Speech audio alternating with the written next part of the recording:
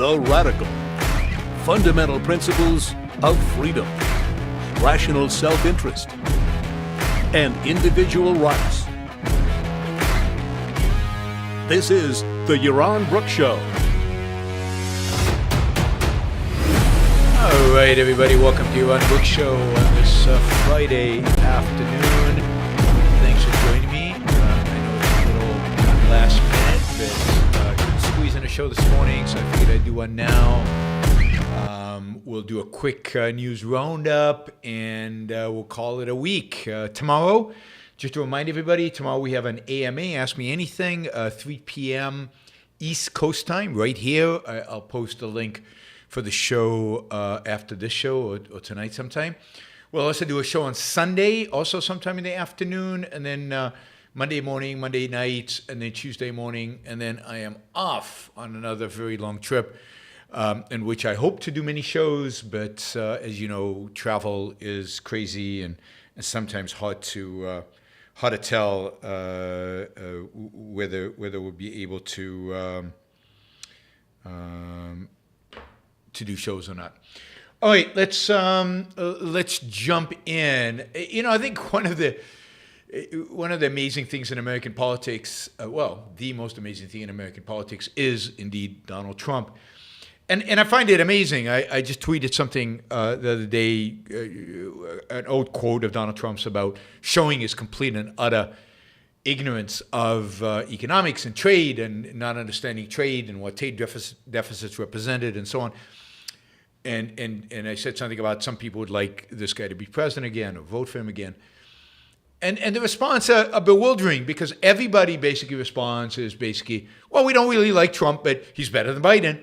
And you see that over and over and over again. Nobody likes Trump. And yet, Trump is by far leading the Republican field. Trump is by far, the choice right now, for example, over the next year and a half is not between Trump and Biden. The choice over the next year and a half is between Trump and a bunch of Republicans. And indeed, a bunch of Republicans who I at least think, and I think a lot of people think, can actually beat Biden, whereas Trump has lost him once at least.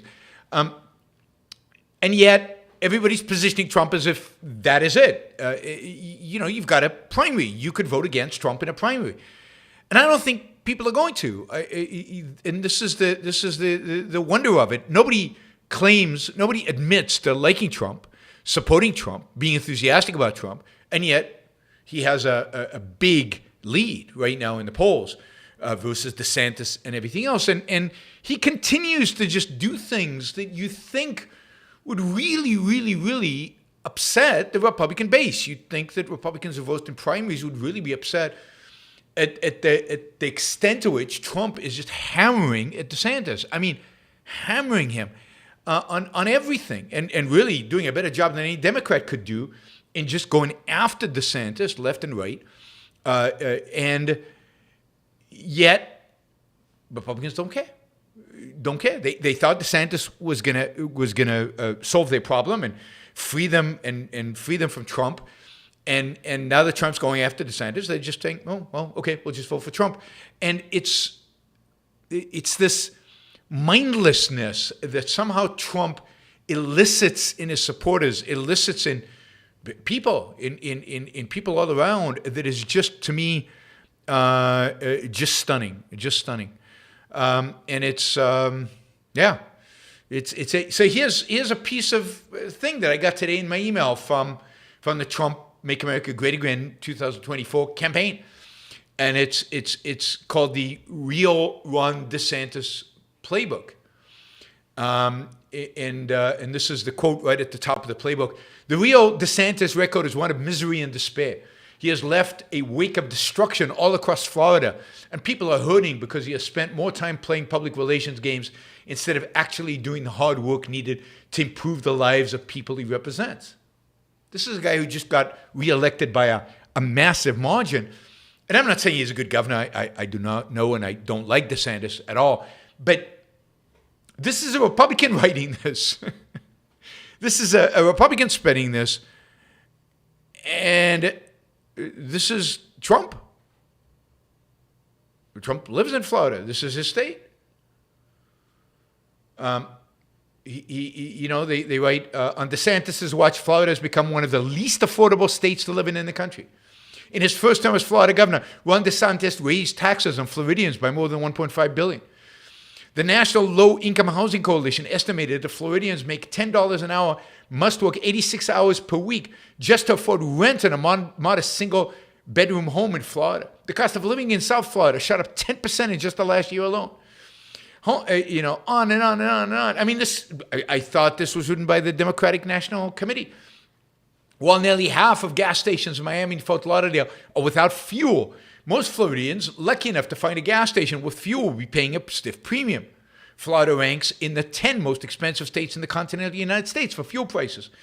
On education, Florida ranked number 39 in health and safety, number 50 in affordability, number 30 in education and childcare. Under Ron DeSantis, Florida has become among the worst states. And you can go on and on and on. This is not published by the Democratic National Committee. This is published by, at the bottom it says, paid for by Donald J. Trump for President 2014, Inc. And yet, Trump is untouchable, and yet nobody cares, and everybody's rallying around him. And again, the polls show DeSantis sinking, Trump rising. There was a dramatic rise after his indictment, but then it kind of went down. So I think the indictment effect is over. I think this is just the Trump effect, and an America that can't see through this guy. I don't know. What possible future could America have if they keep wanting to, if Republicans, the party that's supposed to be marginally better, keeps wanting to elect this guy? It's truly bewildering, stunning, amazing, depressing, really, really depressing. I can understand wanting to try somebody else, even somebody I don't like. But to go back to the same loser, to go back to the same horror, to go back to the same disaster, I just don't get it. And again, for those of you who say, but he's better than Biden, but there's a primary. You've got a choice. You can choose somebody else who's better than Biden. Why choose a loser who's better than Biden? I mean, I just don't get that, and it really is time. Really is time to Republicans to grow up. I mean, this guy is a baby, and just wow. I mean, I don't know if you believe this list that Trump put out. Florida is like a horrible place to live. I don't know how any of you can live there. It really is bad, and yet Trump lives there, and. If this is all lies, then shouldn't Trump pay a political price for attacking somebody in his own political party with such just brutal lies? I don't know.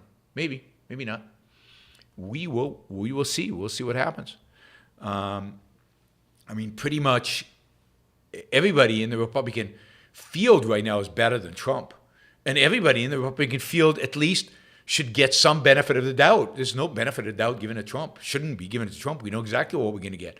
And yet people prefer this monstrosity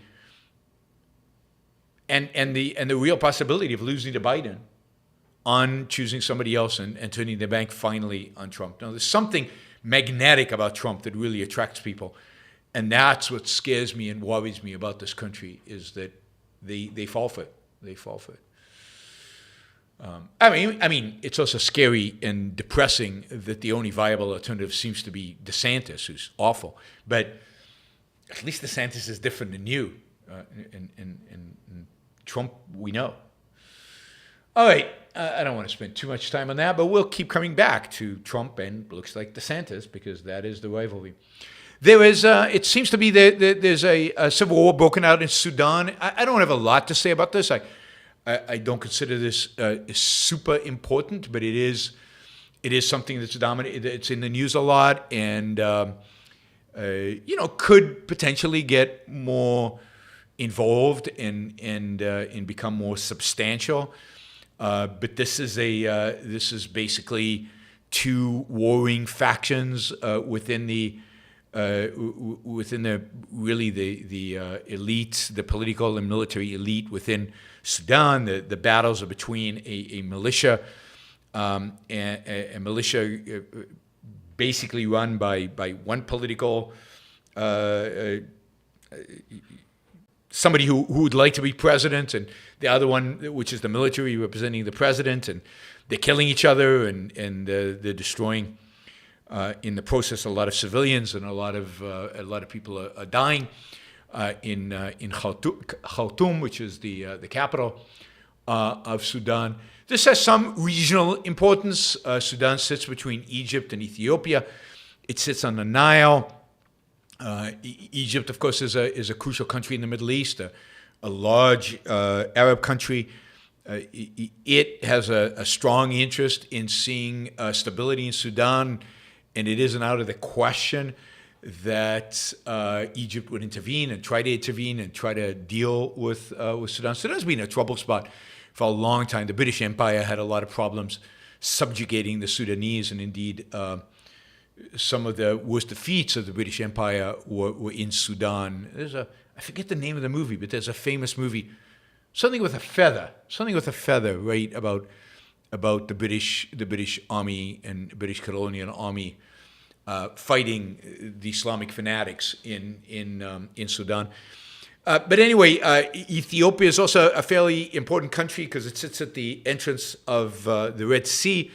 So it is strategic. They are also building a big dam. Four Feathers, I think it's Four Feathers. They're building a big dam. They're damming the Nile, which is worrying both Sudan and Egypt. So Ethiopia might want to get involved if they feel like Sudan is going to become hostile towards them. Sudan also has a lot of other countries that border with it. It borders, I think 7 countries. So there are 5 other African countries that border with it, all pretty unstable countries, all countries that could make Sudan even more unstable, but also the Sudanese instability or civil war could impact those other countries. Again, this is a part of the world which seems to be always at war. Sudan itself is split into Sudan and South Sudan, and the South Sudanese, not exactly a fountain of liberal government either, but potential for civil war in South Sudan. South Sudan, by the way, when they split off, South Sudan took with them about 3/4 of the oil that Sudan had. So South Sudan is oil rich, relatively speaking. The whole area is super poor. But you'll hear about this a lot. It's an internal battle, not about ideas, but about who should rule, who should be the authoritarian leader. I don't believe there's any right or wrong here. There's just brutality, and one feels sorry for the people who have to live through it. And in a region that is, obsessed with tribalism, and where violence is, unfortunately, part of life. So, last I saw, the U.S. military was on high alert, not to intervene, but to get embassy personnel out of there, which I think they should do earlier rather than later. There's absolutely no reason to put American lives, American diplomatic lives, in danger over a dispute that is insignificant for the U.S. And the U.S. has no stake in. So let's hope we get the Americans out of there safely and quickly and safely. All right, let's see. It's 53. I wish it was 43. I'd be 10 years younger. It's 53 years since the first Earth Day. Tomorrow is the official Earth Day, 22nd of April. The first Earth Day was in 1970. It basically, I would say, launched kind of the mainstreaming of the environmental movement. It launched kind of a real successful era for the environmentalist movement in terms of government regulations. Almost all our government regulations, at least the initial ones that are on the books today, were all passed in the in the years immediately after the first Earth Day, basically all under Richard Nixon, a Republican, a number of major regulatory bills were passed, and to this day, including the Clean Air and Clean Water Act. Of course, another big piece of environmental regulations was passed under Bush. So indeed, I'd say the overwhelming majority of the big environmentalist bills have been passed under Republican watch. You have to, in commemorating the 53rd anniversary of Earth Day, I think for us, what we need to recognize is that the environmentalists won. They won big time. Environmentalism is no longer a question mark. It's no longer considered a radical ideology. It's not considered a controversial ideology. Pretty much everybody is an environmentalist. They've managed to equate and do a very good job creating this package deal and equating environmentalism with clean air and clean water, something that all Americans do and should care about. But even when it comes to, I don't know, some little worm or some environmental inspections that take 7 years in order to build a new highway, or just shutting down, nuclear power plants or other aspects of the energy sector, it has just become standard that everybody agrees with this to some extent. Maybe the approaches, some of them are nutty, some of them are extreme, but generally, who's against the environment? We even talk about the environment as if there is such a thing. Whose environment? Human environment, the spotted owl's environment, the worm's environment. We just treat it as the environment, and we buy into the idea that the environment is really a human environment, but that's not what the real environmentalists care about.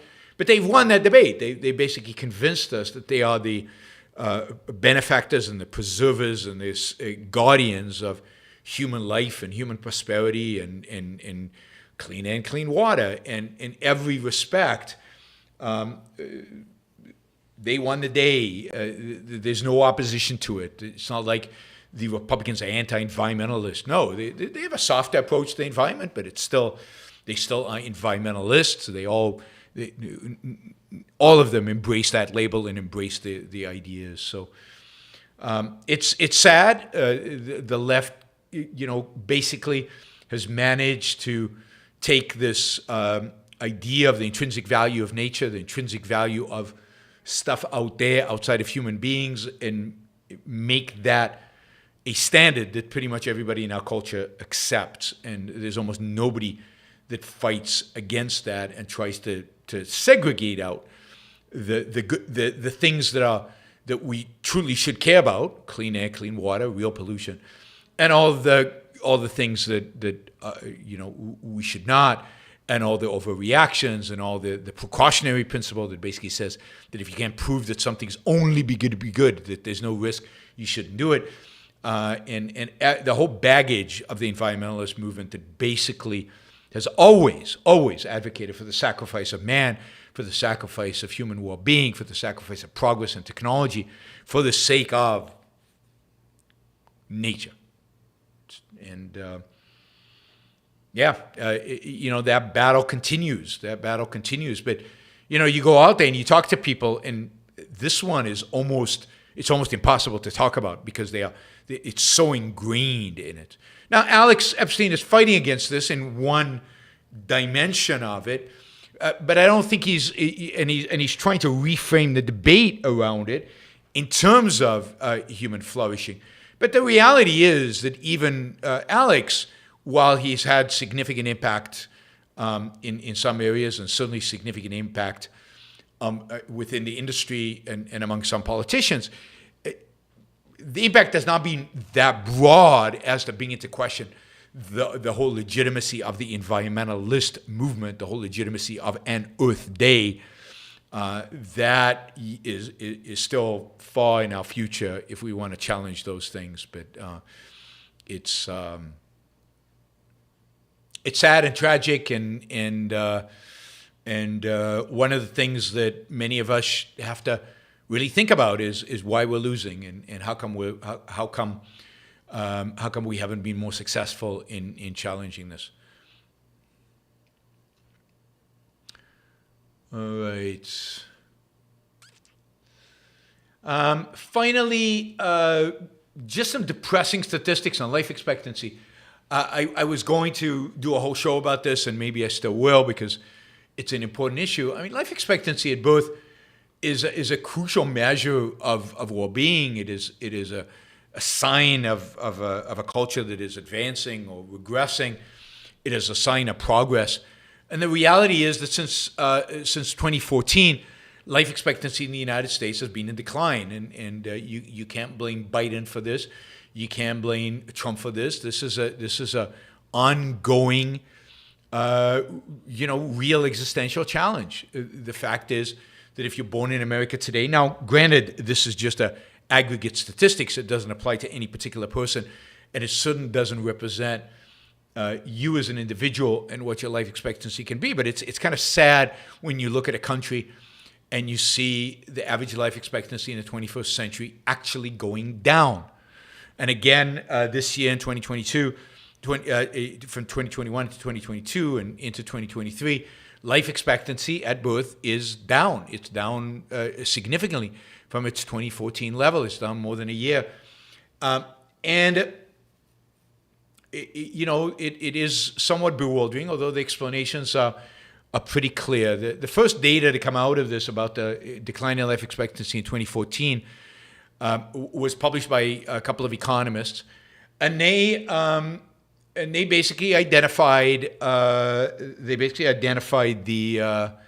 source of this as what they called at the time deaths of despair.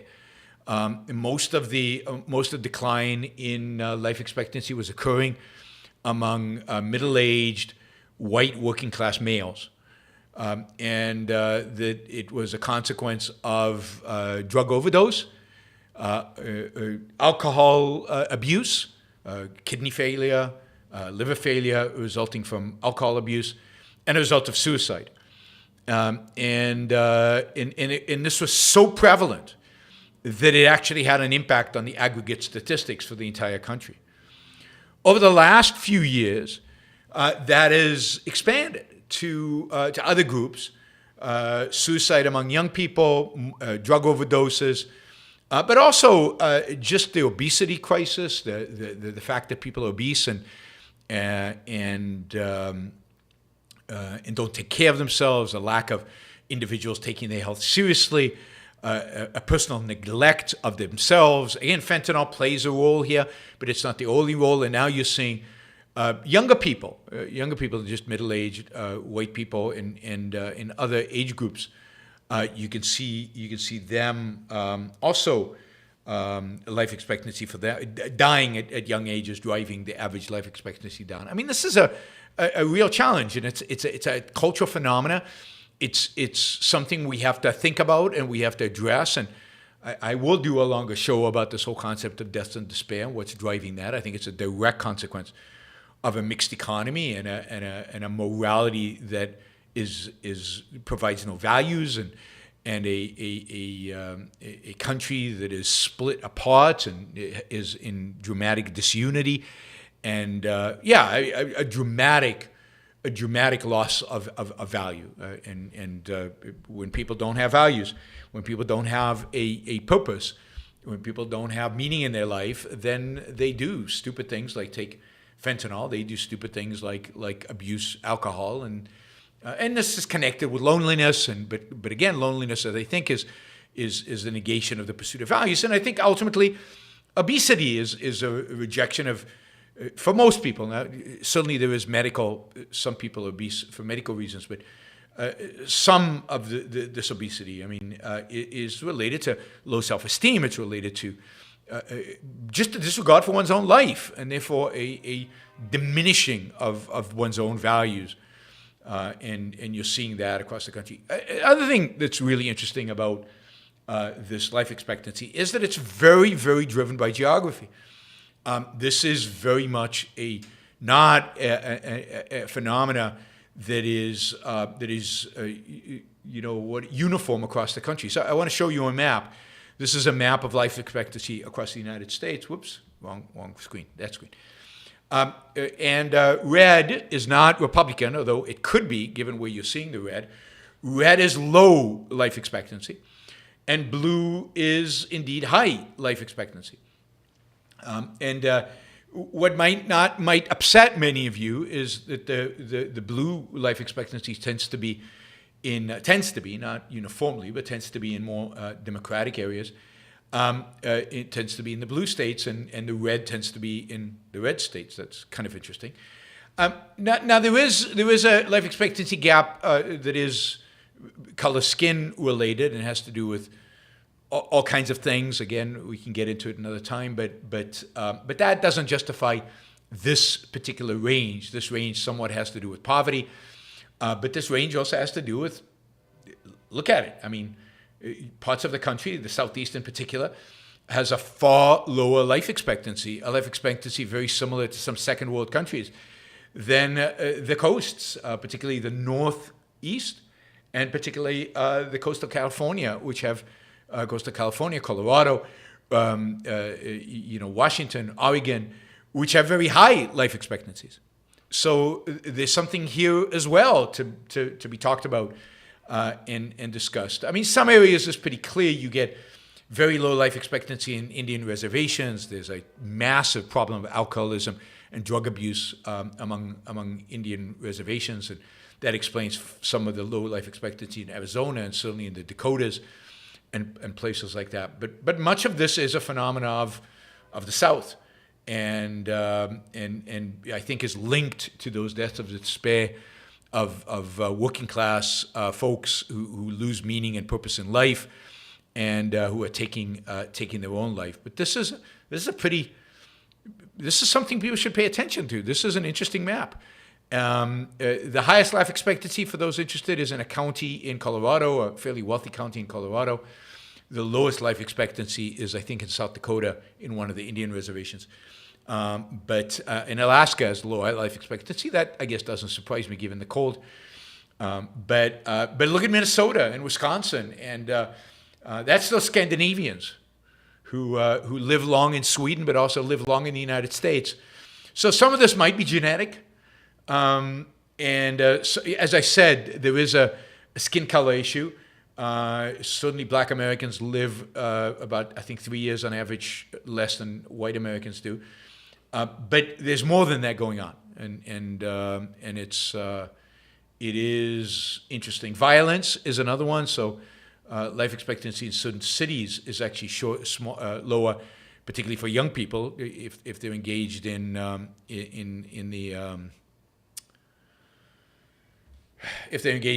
gang violence and things like that. So anyway, an interesting map, I think. You can imagine that the left, loves a map like this and comes to all the wrong conclusions, I think, about it. But it is a map worth addressing because there is something going on in America that is unhealthy, really unhealthy, in the sense it's killing us. It's killing Americans. But if you want to live long, from this map at least, it looks like you want to live in coastal California and in Massachusetts, in some of the more heavily populated areas in the Northeast. Or in the north of the Midwest, not in the Midwest, but in the north, in Minnesota, Wisconsin, places like that, where I don't know. Something to think about, right? To think about, and something to consider, and something to consider about the people, because I think a lot of this is determined by self-respect, by self-esteem, by people taking care of themselves. And one must ask oneself, why is it that people on the coast of California take care of themselves more than people in Mississippi or Alabama or Texas, for that matter, most of Texas? It's again, these are important questions to ask, and I don't think you can quite understand America and understand the broad swath of America and what's going on in America, and the tribalism in America, and the politics of America without understanding these kind of issues and the kind of what's going on in the lives of people, and why is this happening, and this kind of real, obviously this real despair that is going on, that is raising levels of either explicit suicide or slow suicide that people are engaged in.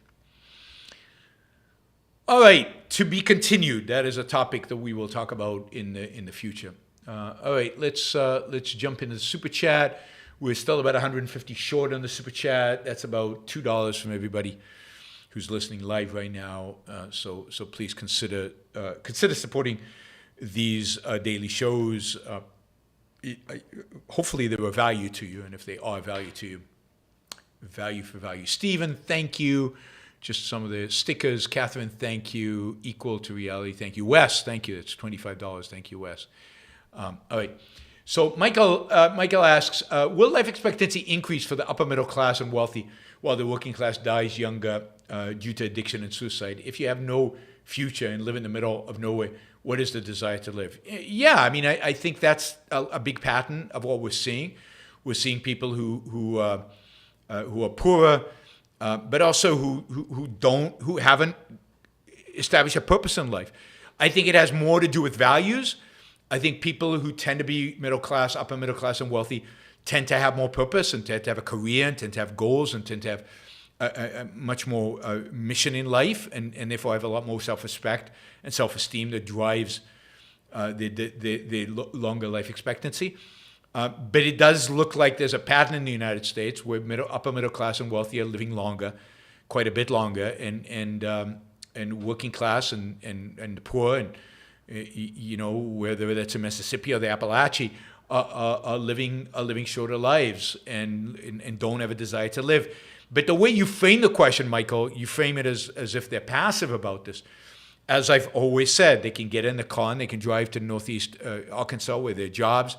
They can enroll in a training program. They can switch jobs. They can do work. They can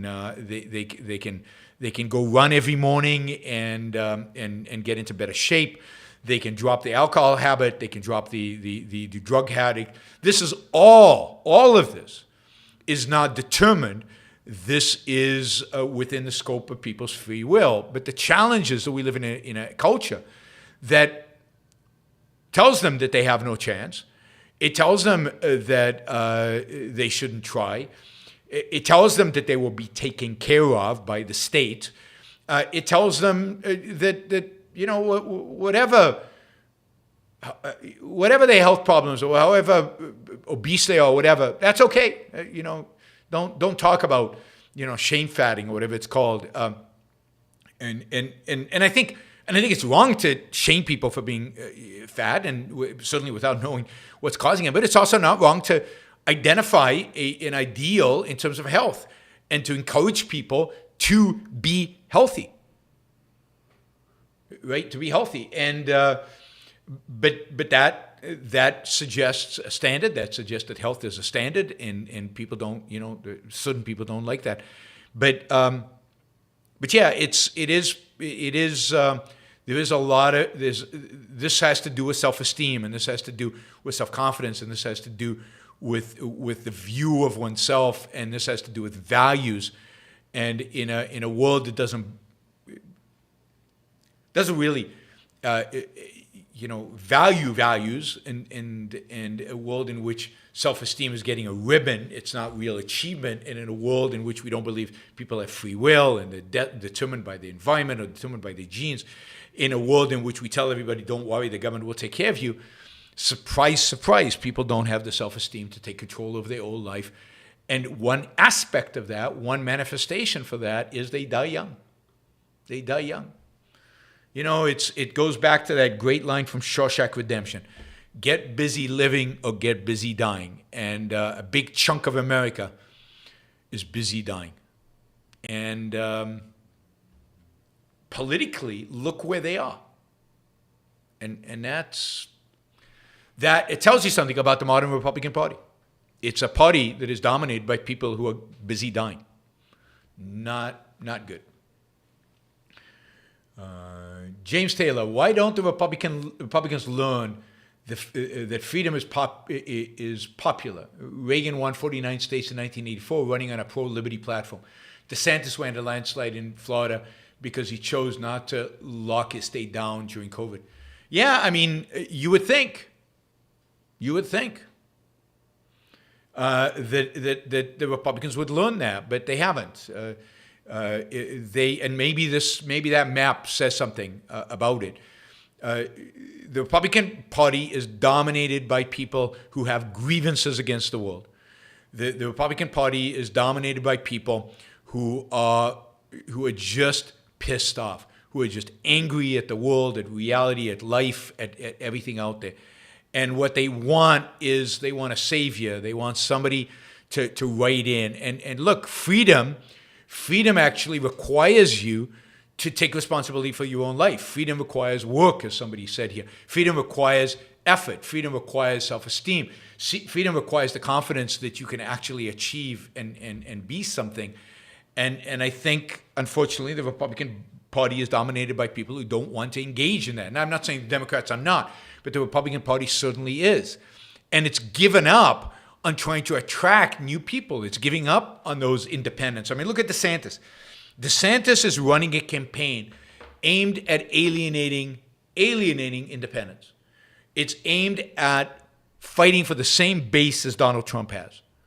And in a general election, this strategy is going to crash in his face. And he doesn't care, right? So the Republican Party doesn't seem interested in bringing in new people, doesn't seem interested in attracting those people who are living longer, those people who have more of an education, those people who are producing more, who are involved in innovation and creation and building and making stuff. And the Republican Party is now a party of complainers and grievances, and it's the left. The left has done everything. The left, protect me from the left. A trans person might cross my path some point. I might see a drag show by accident in some place. They're so upset.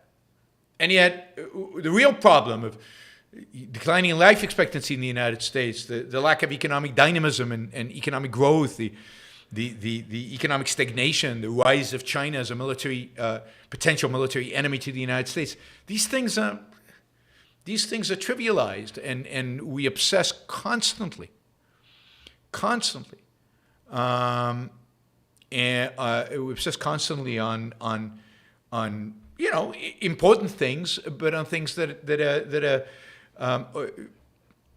are existential only because of their causes, not because of the actual manifestations, and the causes the Republicans don't understand and don't know how to address, like woke.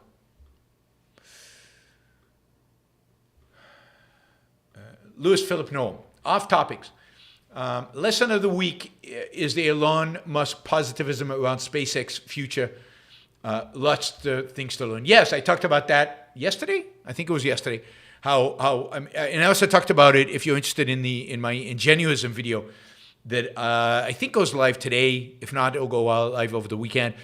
But Ingenuism video with Robert Hendershot, we talk about what you can learn from the Elon Musk positivism. But certainly, I talked about it on the show yesterday. And yes, the attitude to failure, the attitude to the rocket blowing up, the attitude.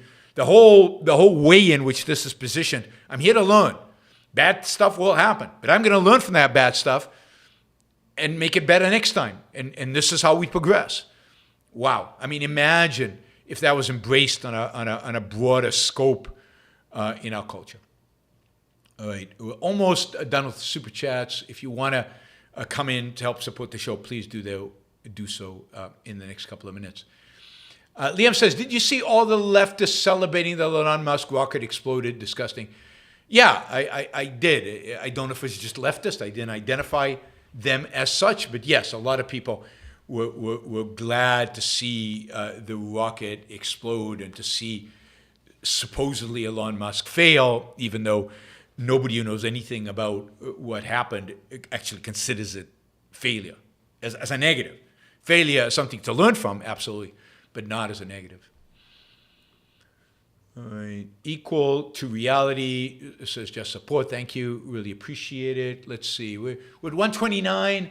Again, $2 from each person watching. We would get there easily. So please consider doing something. Michael, what do you make of the Alec Baldwin's manslaughter charges being dropped, justified or leftist privilege? I doubt that it's leftist privilege. I don't know. I didn't follow the case closely enough. It does seem like it was an accident. Nobody intended it. Manslaughter would suggest that there was real negligence there. But I don't know that there was. I'd have to really delve into the case to have an opinion about it.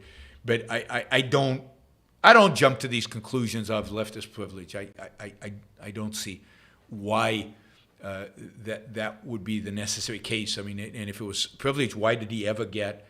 Why would the charges ever? Why was he ever charged? Clark says, are transgender people being dehumanized by the right at pre-genocide levels? Well, I don't know about pre-genocide levels, but they are being dehumanized. There's no question about that. I think the approach the right is taking is wrong with regard to transgender. I think you can make a claim about your opinion about transgender people without dehumanizing the people themselves and without treating them horribly. I think you can also make an argument about what should be done with children without completely making vilifying every transgender person and every adult who. I mean, I think it's a real psychological problem. I think it's a deeply rooted psychological problem that some people experience. I don't know how many, and we should people should treat these people not as villains. They're not villains, but with they're people who I think have deep rooted problems, and that hopefully they can sort out.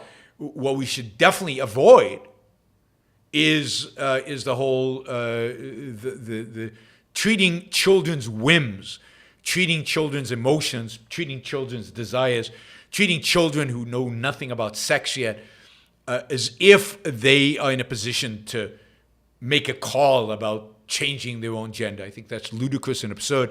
If a child can't sign a contract, he can't choose to be another sex and can't choose to have surgery that is irreversible. So I think that puberty blockers and all of this. I think children should be left alone. Once you're 18, go decide for yourself, and it's your problem. It's your issue in my view. But the right is very good at demonizing and throwing people. So's the left. I mean, this is why both left and right have become so brutal and unpleasant. Wyatt says, I respect you having a show since you're not CEO, but why is Tal charging $390 for our happiness community when he's supposed to be trying to build ours? Well, because he's providing you with a value. I don't think this, I'm not sure whether 390 is, it's just for the same reason that you're being charged for Ayn Rand University courses. If you're gonna sign up for it, now students can get a scholarship. His job is not to make you happy. His job is, to promote Ayn Rand's ideas, and he's providing a specific narrow value. And why wouldn't he want you to pay for it? Now, it would be one thing if you were contributing a lot of money to the institute and you said, look, I expect this to be one of the perks of contributing, I don't know, more than $1,000 to the institute or more than $100,000 to the institute. But why shouldn't you pay for the products that you receive from the institute? You pay for Ayn Rand's books. They're not available for free. You pay for, we live in a culture in which we've just accepted that YouTube is all free, but look at the cost of that. One of the costs of that is I have to ask you guys to support the Yaron Book Show because it's free, and in order to make a living off of this, I need to ask you for money. But should I even ask? Shouldn't you be supporting it? And you don't. So he's just charging up front, like we used to do in the past. You wanted a video, you bought it. You wanted to take Leonard Peikoff's tape courses on philosophy, you bought them, or you rented them, or there were all kinds of ways. So why wouldn't you have to buy the values that somebody else is producing? Tyler has produced a value called a happiness workshop. Why wouldn't you pay for that? I just don't understand why you expect stuff for free. Quite the contrary. You should be eager to pay for it. You should be jumping up and down in excitement to pay for it. If you can afford it, and if you can't afford it, then you should be asking, are there scholarships available? Are there ways in which I can participate? But if there's a scholarship available, then somebody else is paying for it. Other people who are supporting the Institute are paying for it. So one way or another, it has to be paid for. I mean, if the $399 go towards paying Tal's salary, isn't that's a value, right?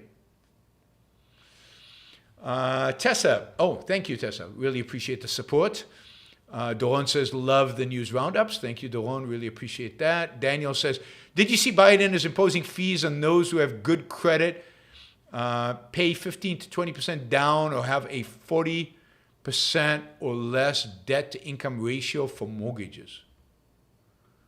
No, I didn't see that. So for those who have good credit, pay 15 to 20% down, or have a 40% or less debt to income ratio. I'll have to look at that. I have not seen it. I'm not sure I understand your post. But I've been looking at Biden's done a bunch of stupid things in the last few days, but this one I haven't seen. I'll take a look. Colt says, speaking of death, someone in my family passed away today. Sorry to hear that. That's really unfortunate. So it's rough for me today. I appreciate that. I appreciate you spending time with us while it's rough. You got me interested in defending capitalism in America. Wow, so somebody important in your life. Our thoughts are with you, Colt. I hope the day, I hope you cope well and that you overcome this loss. Apollo Zeus. If I decided to start the largest TV and movie production company in the UK, would that be impressive?